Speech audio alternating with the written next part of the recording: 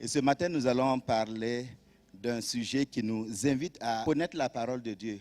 Parce que c'est ce qui va nous aider dans la vie, dans nos décisions, dans nos choix. Où est-ce que tu t'assieds? Où est-ce que tu t'assieds? Pour parler de la question de nos choix et leurs conséquences. Nous lisons dans le psaume 120. Où est-ce que tu t'assieds? La question de nos choix et leurs conséquences. Le psaume 120. Il dit ceci. Dans ma détresse, c'est à l'Éternel que je crie, et il m'exauce. Éternel, délivre mon âme de la lèvre mensongère, de la langue trompeuse. Que te donne, que te rapporte une langue trompeuse? Les traits aigus du guerrier avec les charbons ardents du genet. Et maintenant, à partir du verset 5. Malheureux que je suis de séjourner à Méchec, d'habiter parmi les tentes de Kédar. Assez longtemps, mon âme a demeuré auprès de ceux qui haïssent la paix. Je suis pour la paix, mais dès que je parle, ils sont pour la guerre. Prions. Seigneur, nous savons que tu es le Dieu qui garde et qui bénit, notre fidèle berger, et tu veux faire du bien à chacun d'entre nous. Ton désir, ce n'est pas que nous soyons loin de toi, souffrants, malheureux, mais au contraire que nous soyons avec toi et en toi heureux. Et Seigneur, tu parles ce matin et ton nom sera glorifié parce que ton esprit va agir dans chacune de nos vies au nom de Jésus. Amen. Ce psaume est le premier des psaumes qui était chanté dans le cantique des degrés.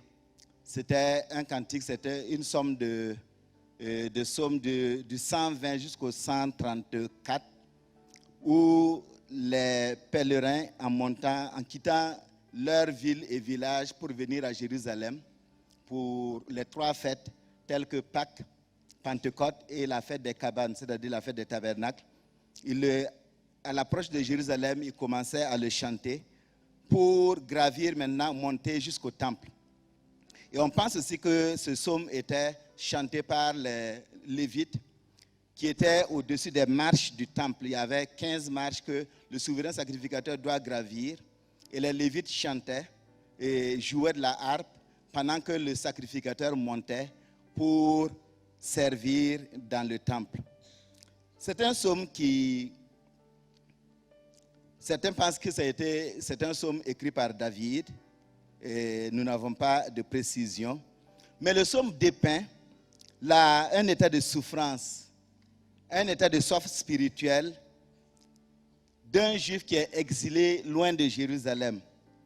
Il est parmi des non-croyants et il est au milieu de gens qui sont hostiles, des gens qui se comportent vraiment qui ont un comportement haineux. Et cet exilé souffre du fait qu'il séjourne parmi ces gens, parmi les habitants de Méchec vers l'Asie mineure, les Araméens, ou parmi les habitants de Kédar, des Ismaélites. Alors, il exprime sa souffrance de façon claire. Et il dit, malheureux que je suis de séjourner à Méchec, de demeurer parmi les tentes de Kédar. Trop longtemps, mon âme a demeuré auprès de ceux qui haïssent la paix. Je suis pour la paix. Mais dès que je parle, eux, ils sont pour la guerre. Et donc, il vivait parmi ces gens et il souffrait. Et c'est un cri de désespoir qui nous amène à réfléchir sur la question de nos choix. Où est-ce que nous nous tenons? Qu'est-ce que notre choix nous a installés où? Nous a placés en quel lieu? Dans quelle situation? D'abord, considérons le principe même de la liberté de choisir. Selon la Déclaration universelle des droits de l'homme, nous avons la liberté de choisir. Article 13. Toute personne a le droit de circuler librement et de choisir sa résidence à l'intérieur d'un État, Toute personne a le droit de quitter tout pays, y compris le sien, et de revenir dans son pays. Article 17. Toute personne, aussi bien seule qu'en collectivité, a droit à la propriété.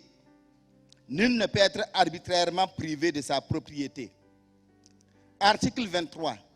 Toute personne a droit au travail, au libre choix de son travail, à des conditions équitables et satisfaisantes de travail et à la protection contre le chômage. Tous ont droit, sans aucune discrimination, à un salaire égal pour un travail égal.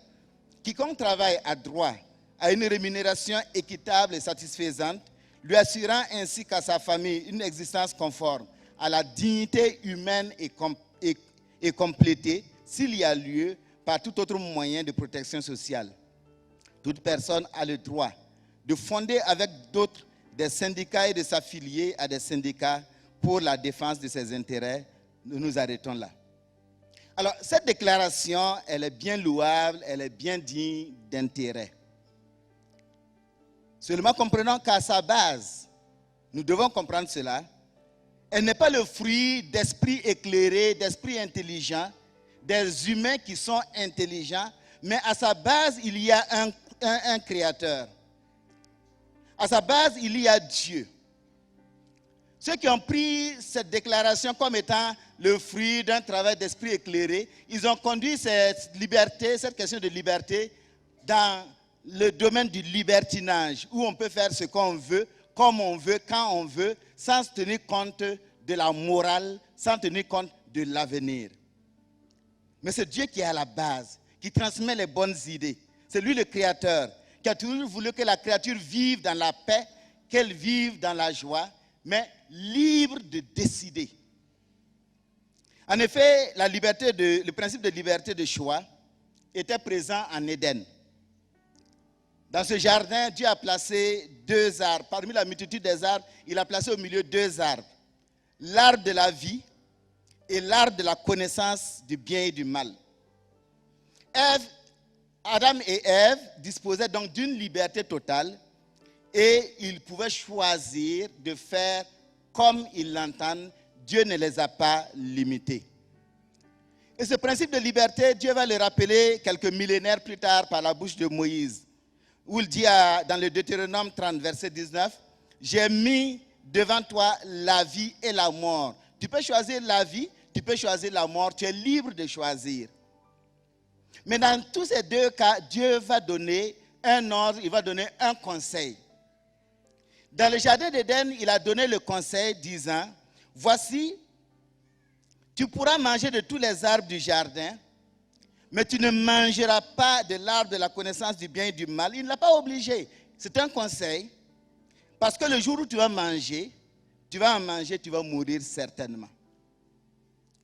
Et avec Moïse, Dieu a dit, c'est vrai, tu as devant toi la vie et la mort, mais mon conseil est que tu choisisses la vie afin que tu vives, toi et ta postérité. Le principe de liberté de l'homme signifie qu'il est libre de choisir son domaine d'étude pour les jeunes. Il est libre de choisir son travail pour ceux qui cherchent du travail. Libre de chercher sa femme ou son mari. Libre de trouver un lieu d'habitation, etc. Mais sur quelle base usons-nous de notre liberté de choisir? Quels sont les principes de base qui guident nos choix? Est-ce que nos choix sont guidés par les avantages financiers, matériels et sociaux que nous entrevoyons?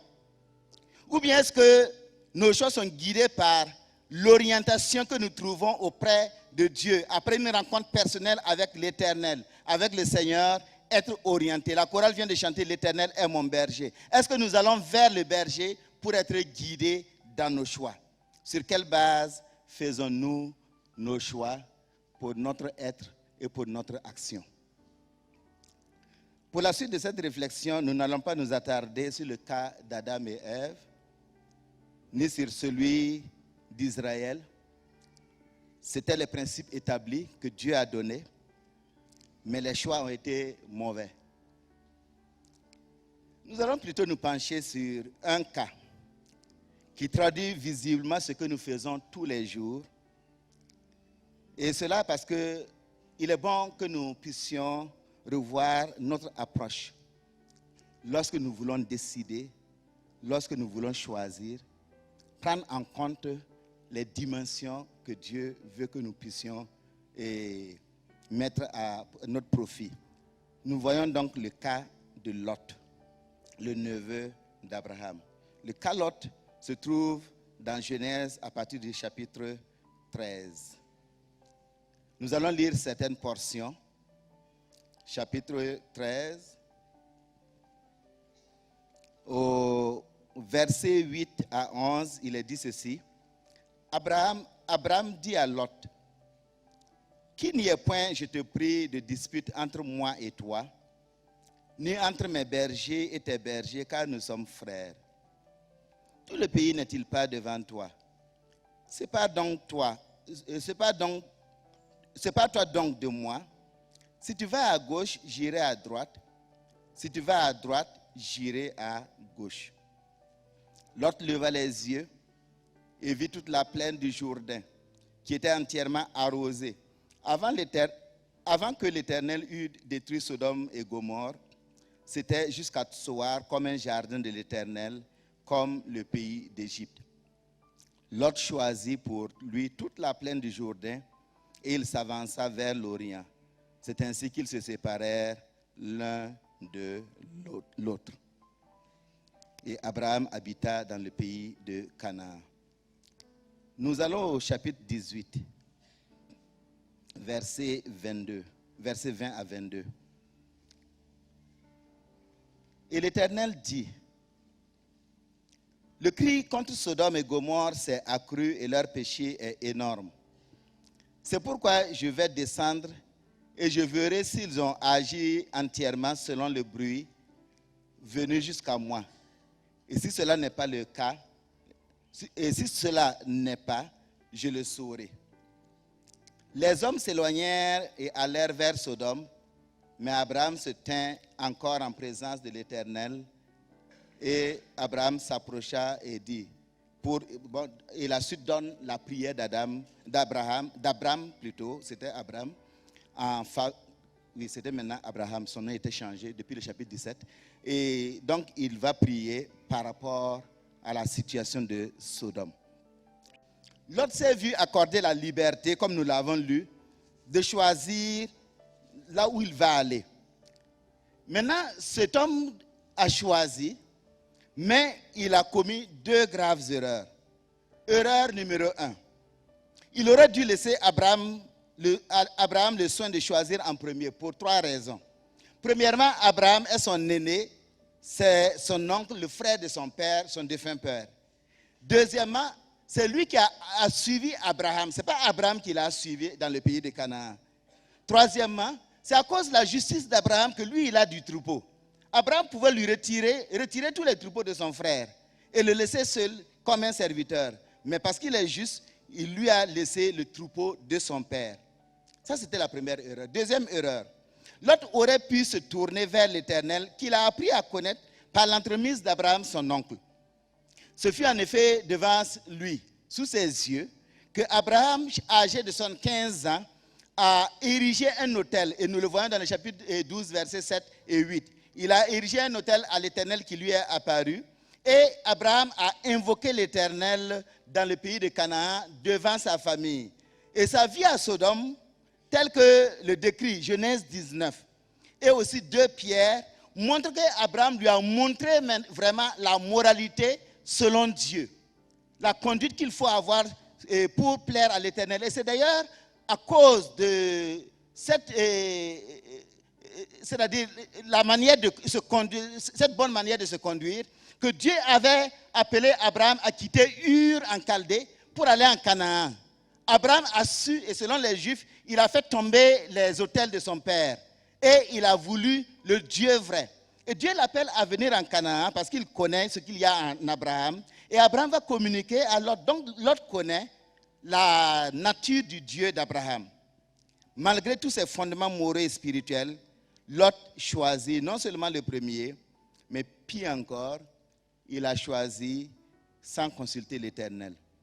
Il a choisi la luxuriante et fertile plaine du Jourdain que Moïse a décrit comme étant semblable au jardin de Dieu, c'est-à-dire le jardin d'Éden. Il a choisi cette plaine abondante, alors qu'il était déjà connu en son temps, au temps du choix, que les gens de Sodome sont méchants. Chapitre 13, verset 13. Ils sont méchants et de grands pécheurs devant l'Éternel. Lot le savait. Le texte ne nous dit pas que Lot a considéré ce danger, mais il a simplement choisi sur la base de la prospérité qu'il entrevoyait, sur la base de la verdure qu'il y a pour son cheptel. Il n'a pas regardé au danger que la vie morale des gens de Sodome peuvent constituer pour sa vie et aussi pour sa famille. C'est vrai, Lot ne savait pas que lorsque Abraham aura 99 ans, des anges vont venir promettre un fils qui va naître l'année suivante dans la maison d'Abraham, de sa femme Sarah. Il ne savait pas que lorsque ces hommes viendraient, ils vont aussi l'avertir sur le plan de Dieu d'aller de détruire Sodome et Gomorrhe si effectivement les habitants sont trouvés pécheurs. Bien qu'il ne pût pas le savoir, tout indiquait au moment de son choix, survenu quelques décennies avant le cataclysme, que la région de Sodome n'était pas idéale pour un homme moral. La région de Sodome n'est pas idéale pour choisir d'aller y habiter. La région de Sodome est suicidaire, non seulement pour lui, pour sa famille, ses serviteurs. Il était libre de choisir, libre d'aller vivre où il veut, d'aller travailler où il veut. Mais cette liberté devait s'exprimer sur des bases érigées par la morale, la sagesse et la consultation de Dieu. Et la fin de son choix égoïste. Nous n'avons pas le temps de parler de ces filles qui ont été influencées par toute la moralité de Sodome, même si elles sont restées vierges. On n'a pas le temps de parler de tout cela. Mais nous voyons que la fin de ce choix égoïste, basé sur les acquis matériels et sociaux, fut la perte de tous ses biens. Il a perdu ses biens, il a perdu ses gendres, il a perdu sa propre épouse en route. Et après cela, à partir de ses filles qui l'ont violé, et puisqu'il n'était pas consentant, alors il a été le père de 2 familles qui sont plus tard devenues des ennemis d'Israël. Alors, parlons des choix qui sont les nôtres. Comment choisir son domaine d'études pour les bacheliers, pour ceux qui cherchent du travail? Comment choisir son emploi ou son travail? Choisir son lieu d'habitation, son époux, son épouse, etc. Il est fondamental qu'en tant que chrétiens, nous puissions toujours réfléchir sur le court, le moyen et le long terme pour entrevoir les conséquences possibles de notre choix sur notre destinée et les conséquences qui vont en découler sur ceux qui vont dépendre de nous. Parce que je ne vis pas seul, même si aujourd'hui je suis seul, j'aurai une femme, j'aurai un enfant, et j'aurai un mari, et ces gens vont être la victime ou ceux qui vont être avantagés par rapport à la nature et à la qualité de mon choix. Il faut toujours soumettre son choix à l'Éternel.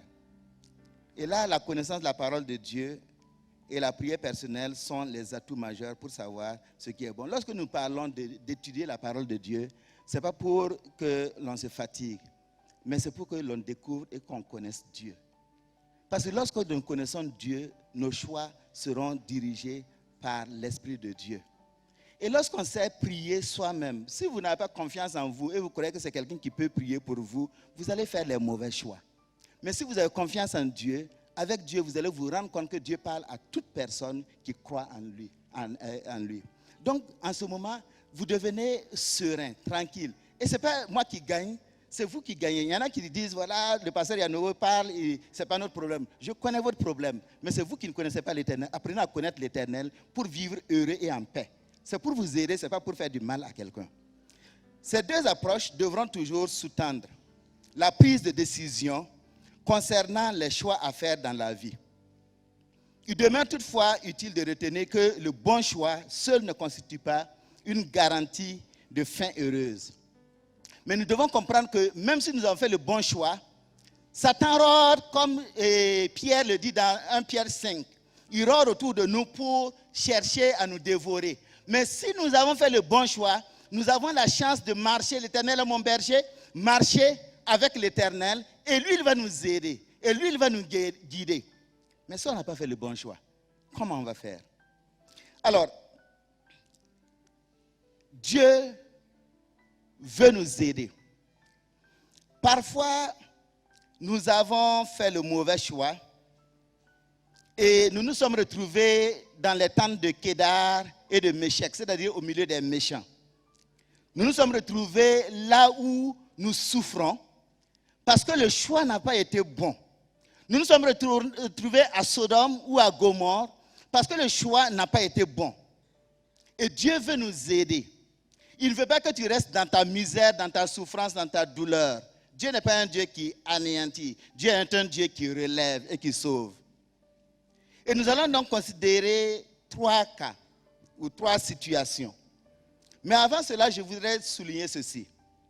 Il y a des gens qui sont, surtout dans le domaine du travail, vous êtes un employé de quelqu'un, vous ne choisissez pas d'aller dans tel ou tel autre lieu, on vous a imposé ce travail, on vous a imposé cette affectation, on vous a imposé cette mission. Ça, ce n'est pas vous qui avez choisi. Ça, c'est un choix qui vous a été imposé. Nous ne sommes pas concernés. Ce message ne concerne pas de tels cas. Si vous avez été dans un domaine, on vous a envoyé dans un domaine où vous sentez que vous êtes parmi les tentes de Kédar, c'est-à-dire que vous êtes avec des méchants. Lorsque vous parlez de paix, il parle de guerre. Priez simplement, le Seigneur sait pourquoi il vous a placé là-bas.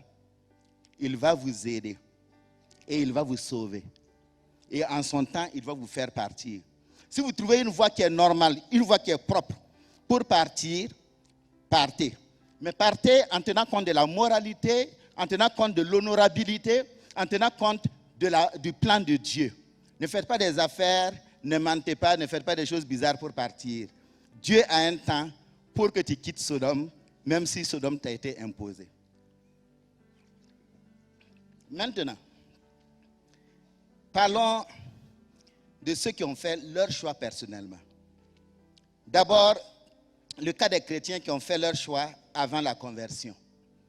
Certains chrétiens se rendent compte qu'ils ont fait un mauvais choix au départ, que ce soit pour les études, le travail, le mariage, le lieu d'habitation ou autre chose.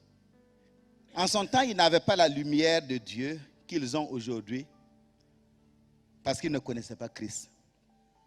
La parole de Dieu à votre endroit est que si vous vous êtes réellement donné à Jésus-Christ, si vous avez abandonné tous vos plans personnels pour suivre Jésus, Jésus saura venir à votre secours. Il saura changer votre situation et votre avenir. Christ va ouvrir devant vous une porte que personne ne peut fermer. Et les portes que le diable a ouvertes pour vous faire du mal, il va les fermer et personne ne pourra l'empêcher de les fermer. Il va agir en votre faveur pour que sa paix et sa joie soient la base de votre bonheur. C'est pourquoi il dit, je connais votre situation. Je connais ta situation. S'il y a une voie morale, honorable et glorieuse de la quitter, saisis-la et quitte-la. Mais si une telle voie ne se présente pas, néanmoins, ne doute pas de moi. Je suis le Dieu qui domine sur le temps, sur l'espace et sur les circonstances. Je suis le Dieu des miracles. J'ai un plan pour toi parce que lorsque je sauve entièrement. N'abandonne donc pas mes voies à cause de l'épreuve. Garde la foi. Reste avec moi. Et que nous dit le psalmiste? Le psaume 107. À la maison, vous pourrez lire tout le psaume 107. Louez l'Éternel, car les versets 1 à 9 nous disent, louez l'Éternel car il est bon, car sa miséricorde dure à toujours. Qu'ainsi disent les rachetés de l'Éternel, ceux qu'il a délivrés de la main de l'ennemi, et qu'il a rassemblés de tous les pays, de l'Orient et de l'Occident, du Nord et de la mer. Ils erraient dans le désert, ils marchaient dans la solitude, sans trouver une ville où ils puissent habiter. Ils souffraient de la faim et de la soif. Leur âme était languissante. Dans leur détresse, ils crièrent à l'Éternel et il les délivra de leur angoisse. Il les conduisit par le droit chemin pour qu'ils arrivent dans une ville habitable. Voilà ce que Dieu est prêt à faire pour tous ceux-là qui sont venus vers lui et qui ont découvert la lumière. Il va vous conduire dans ce lieu habitable pour que vous ne restiez pas dans la souffrance. Dieu va corriger votre avenir si vous restez fermement attachés à lui. Ne promenez donc pas des lieux, des regards inquiets. Attendez-vous à le voir agir. Il viendra à votre secours. Il viendra en son temps. Attendez-vous simplement à son action. Le deuxième cas, c'est celui des chrétiens qui ont fait leur choix étant convertis, mais qui ignoraient la parole de Dieu. Certains chrétiens ont fait leur choix alors qu'ils s'étaient convertis à Christ, mais ils vivaient dans l'ignorance de certaines vérités de la parole de Dieu. Et ils agissaient avec précipitation. S'ils avaient connu la volonté de Dieu, ils n'auraient pas agi de cette manière, ils n'auraient pas pris de telles décisions, ils n'auraient pas fait de tels choix. Hélas, ils se sont précipités et ils ont commis des erreurs de choix. Alors, ce qu'il faut dire à de tels chrétiens, c'est que vous devez être honnête pour reconnaître avant tout que Dieu ne peut être tenu pour responsable de votre ignorance. Dès le premier jour de votre conversion, il vous a été dit, voilà comment tu dois marcher maintenant. Tu as la Bible, lis-la. Et puis on a appris à chacun à prier. Donc, quelle que soit la question, tu peux parler à Dieu. Et ton Dieu va t'entendre. Donc, vous avez été instruit dès le début à lire la Bible et à prier le Seigneur. Et comme Paul dit, la parole de Dieu est près de toi, dans ta bouche et dans ton cœur. Donc, on ne peut pas dire que c'est Dieu qui est responsable de mon mauvais choix. Mais c'est mon ignorance qui est responsable de mon mauvais choix. Et l'ignorance, c'est qui? C'est moi-même qui suis le problème. Je n'ai pas mis l'accent sur la connaissance de la parole de Dieu. Et c'est pourquoi nous insistons toujours. Apprenez à connaître la parole de Dieu. Les mardis, nous sommes là, nous étudions la parole de Dieu ensemble. En parcourant un livre, petit à petit, vous allez grandir. Vous allez connaître. Et vous allez comprendre la volonté de Dieu. Même si mardi, c'est difficile de venir parce que votre domicile est éloigné. Demandez au frère Rakisaba, l'ancien Rakisaba, au frère Benao, au pasteur Sandwiri. Ils vont vous donner les documents d'études. Ils vont vous montrer, ça aide. Chacun doit grandir, même dans sa maison. On doit grandir, ce n'est pas à l'église seulement. Donc, il faut étudier la parole de Dieu. Et donc, en ce moment, si nous l'étudions, nous ne serons pas ignorants et nous n'allons pas faire de mauvais choix. Que dit le Seigneur donc à de telles personnes? Après avoir reconnu honnêtement ta responsabilité dans ce mauvais choix, puisque c'est par ignorance et par précipitation que tu as pris la décision sans consulter Christ, après t'être repenti, parle de ton problème à ton Dieu, que tu reconnais désormais comme digne de guider tes pas, comme digne d'être ton berger, comme la chorale l'a chanté. Il est le Seigneur qui connaît ta faiblesse, qui connaît tes limites et qui pardonne. Il va entendre ta voix parce que tu es honnête devant lui. Et il va agir avec grâce et amour. Et quand il va agir, il ne viendra pas te culpabiliser. Et ce matin, ce que le Seigneur dit ce matin, ce n'est pas pour culpabiliser quelqu'un. C'est pour qu'on sorte d'ailleurs de cette situation de culpabilité.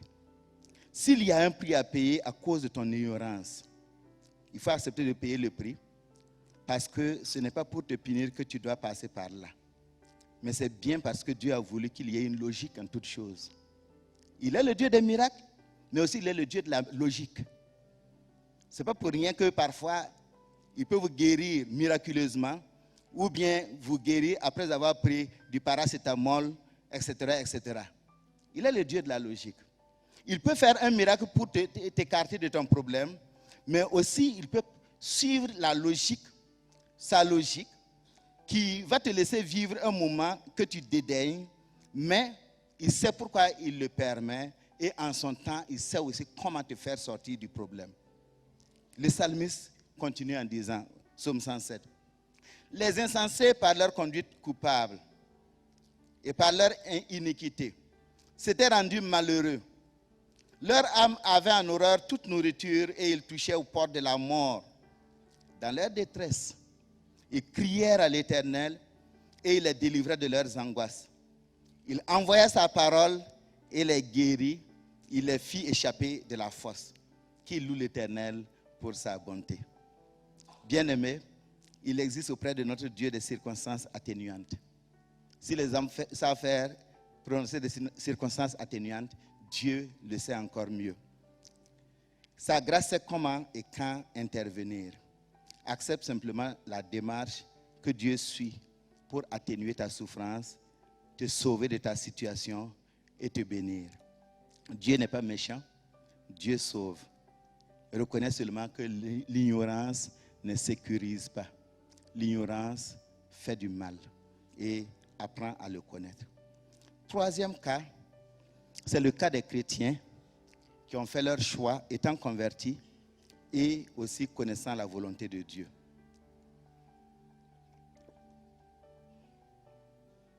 Je vais commencer par une illustration, donner un exemple. Il n'est pas bon de parler de soi-même, mais il y a des moments où il faut parler de soi pour aider certaines personnes. Et cela se rapporte aux années 86-87, lorsque j'ai fini mes études en élevage à l'université. Alors, on se préparait pour être engagé à la fonction publique. J'ai eu la grâce de faire la contingence spéciale. Donc, j'ai fait l'armée pendant 2 mois. Numéro de matricule 81 110 93 863. Je ne peux jamais oublier. Alors, même si vous me réveillez avant mon cercueil, vous me demandez, le frère Youmou, c'est eux qui nous ont envoyés là-bas, Krapagnuté en 1981. On ne peut pas oublier, du temps du colonel Césaire-Beau. Alors, quand j'ai fini, donc, je pouvais être engagé à la fonction publique, mais il y avait une certaine pensée, sensation en moi très forte. Et cette sensation était que si je vais, c'est vrai, on allait nous affecter, on a eu la chance, mon ami Bayala n'a pas eu cette chance, mais nous, on a eu cette chance, on devait nous affecter en 87 et on allait aller comme directeur provincial. En tout cas, c'était alléchant. Alors, il y avait aussi pour moi la possibilité d'aller enseigner au collège protestant. Je n'aime pas l'enseignement.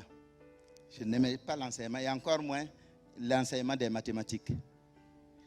Mais en moi, il y avait cette conviction que si je vais, je réponds à la fonction publique, je vais être envoyé quelque part, je ne vous dirai pas où, et là-bas, je vais perdre la foi. Je vais perdre la foi, je serai quelqu'un, je vais diriger un projet peut-être, mais je vais perdre la foi avec ce qu'on connaît, ce que les gens font ailleurs, bon, les vices du coin. Et donc, à cause de cela, c'était tellement fort que à cause de cela, je sentais que je ne dois pas m'engager à aller signer. À la dernière minute, d'ailleurs, j'ai dit, je ne vais pas aller signer. Et donc, je devais opter pour l'enseignement que je n'aimais pas, mais c'était la solution pour ne pas aller de l'autre côté. Il y avait aussi le désir pour moi de m'inscrire à l'Institut Olia qu'on devait ouvrir en octobre de la même année. Donc, avec le frère Benjamin Yanogo et quelques frères, mon grand frère et puis d'autres personnes, nous nous sommes inscrits pour étudier la parole de Dieu parce que j'étais revenu au Seigneur en 85, vers octobre 85, et mon ami de tous les jours, c'était la parole de Dieu et je voulais demeurer dans la parole de Dieu. Et donc, pour cela, je sentais que je ne dois pas aller en province, même si c'est pour avoir beaucoup d'argent. Et il y avait aussi le désir de rester dans la chorale avec le frère Enoch. Mon ami Edouard m'avait introduit à la chorale en novembre 86 et j'avais commencé à chanter dans la chorale. Donc, à cause de tout cela, je ne suis pas allé signer pour aller dans ce qui est luxuriant et bon. Mais ce que je ne savais pas que je serais, en restant ici, quelques mois après, je serai invité à devenir le conducteur des chants dans cette église. Donc, j'ai commencé à conduire les chants dans cette église en 87. Ensuite, il y a le frère Frédéric, frère Jules et Yankine, etc., qui sont venus et on a fait le travail ensemble. Je ne savais pas non plus que je serais appelé à jouer un rôle de premier rang au sein de la jeunesse, en servant comme transition entre les jeunes étudiants que nous étions et la JAD, dont le président en son temps était le frère Philemon, Diacre Philemon Ouedraogo, l'époux de notre sœur Ruth, et le frère est auprès du Seigneur maintenant. Je ne savais pas cela. Et je ne savais pas qu'en restant, en obéissant, je serais appelé à entrer dans le ministère pastoral 3 ans plus tard. Alors tout cela, il y a eu pas mal de choses qui ont en plus de cela, mais tout cet avenir a été possible par l'obéissance à la voix silencieuse de Dieu. Dieu ne me parle pas par une voix audible ou bien par vision, il met une sensation dans mon cœur. C'est tout. Il y en a qui ont des visions, il y en a qui entendent une voix. J'ai entendu une voix une seule fois pour ma femme. Mais le reste, je n'ai jamais entendu de voix. Oui, c'est vrai. Donc, pour moi, il fallait simplement obéir.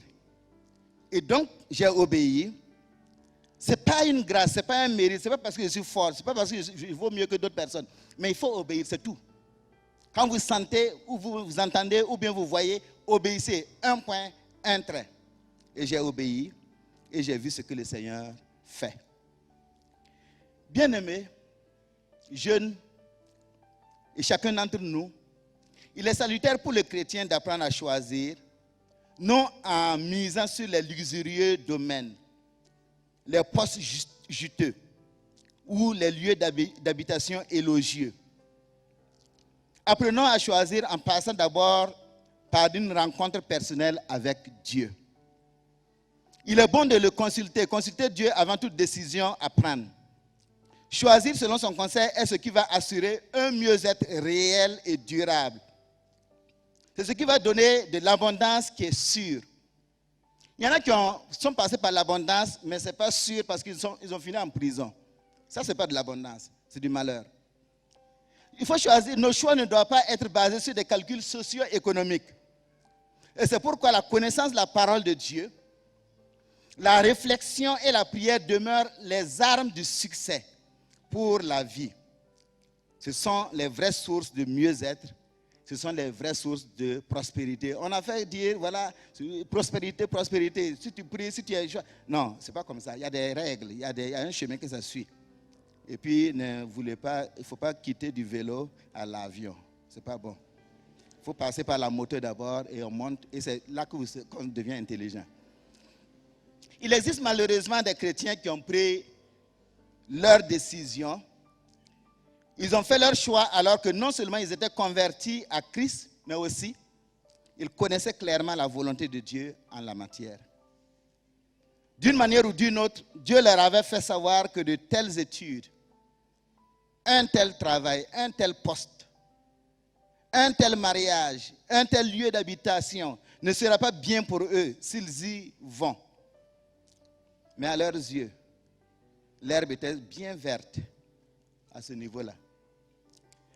À leurs yeux, cet endroit était comme un jardin de Dieu.